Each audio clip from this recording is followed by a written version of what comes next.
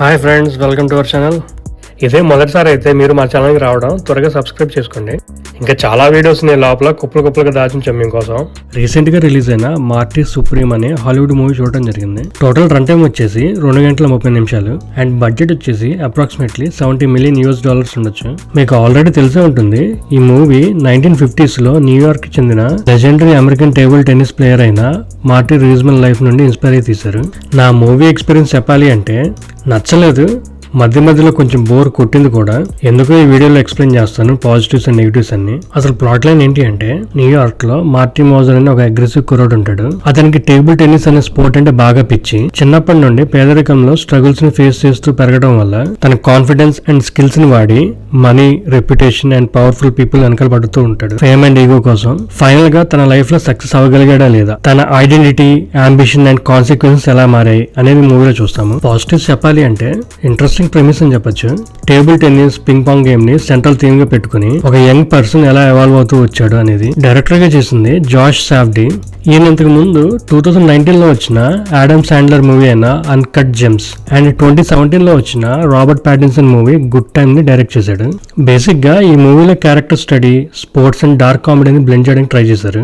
Intense story telling తో sports drama లాగా real life personality నుండి ఇన్స్పైర్ అయి తీసినా కూడా ఆ రిలేషన్షిప్స్ అండ్ చాలా క్యారెక్టర్స్ అండ్ ఈవెంట్స్ కూడా ఫిక్షనలైజ్ చేశారు. యాక్టర్స్ పర్ఫార్మెన్స్ విషయానికి వస్తే మేజర్ గా హైలైట్ అయ్యేది తిమోథీ చలమే కెరీర్ బెస్ట్ పర్ఫార్మెన్స్ అని చెప్పొచ్చు. ఆ క్యారెక్టర్ లో ఇన్వాల్వ్ అయిపోయి మరీ చేశాడు. మూవీ అంతా ఇతని స్క్రీన్ ప్రెసెన్స్ అండ్ యాక్టింగ్ మీద రన్ అవుతూ ఉంటుంది షో. మీకు ఆల్రెడీ తెలిసే ఉంటుంది ఇతను ఫేమస్ యాక్టర్ కూడా.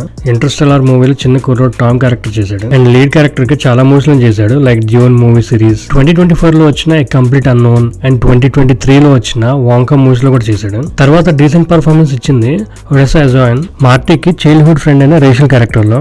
Cinematography work by Darius kanji బాగుంది.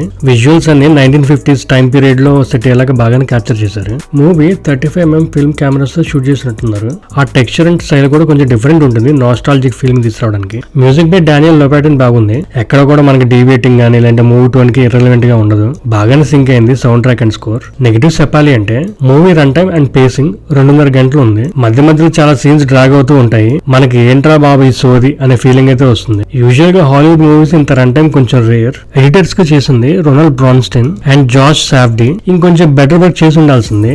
స్క్రీన్ ప్లే కూడా చాలా గందరగోళంగా ఉంటుంది అనమాట. టూ మెనీ సబ్ ప్లాట్స్ ని ఇరిగించారు.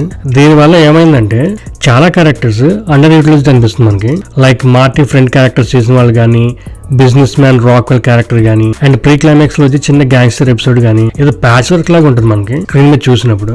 ఎమోషనల్ ఇంపాక్ట్ అండ్ ఆ క్లైమాక్స్ పే ఆఫ్ అంత ఇంట్రెస్టింగ్ ఏం అనిపించలేదు అండ్ ఎంగేజింగ్ గా కూడా ఉండవు. అసలు సెంట్రల్ థీమ్ టేబుల్ టెన్నిస్ ని తీసుకున్నా గానీ మూవీ టోన్ అండ్ స్ట్రక్చర్ ఎలా పడితే అలా మారిపోతూ ఉంటుంది. ఒక కన్వెన్షనల్ స్పోర్ట్స్ నెరేటివ్ లాగా ఉండదు. మూవీలో లీడ్ క్యారెక్టర్ బేసిక్ గా morally wrong, toxic and aggressive qualities ఉండే పర్సన్. సో మూవీలో తను చేసే ఏ యాక్షన్స్ కూడా మనకి నచ్చవు అసలు. ఇన్ఫాక్ట్ ఏదైనా జరిగినా కూడా అతనికి ఇలాగే జరగాలి ఎదవకి అనే ఫీలింగ్ లో ఉంటాం మనం.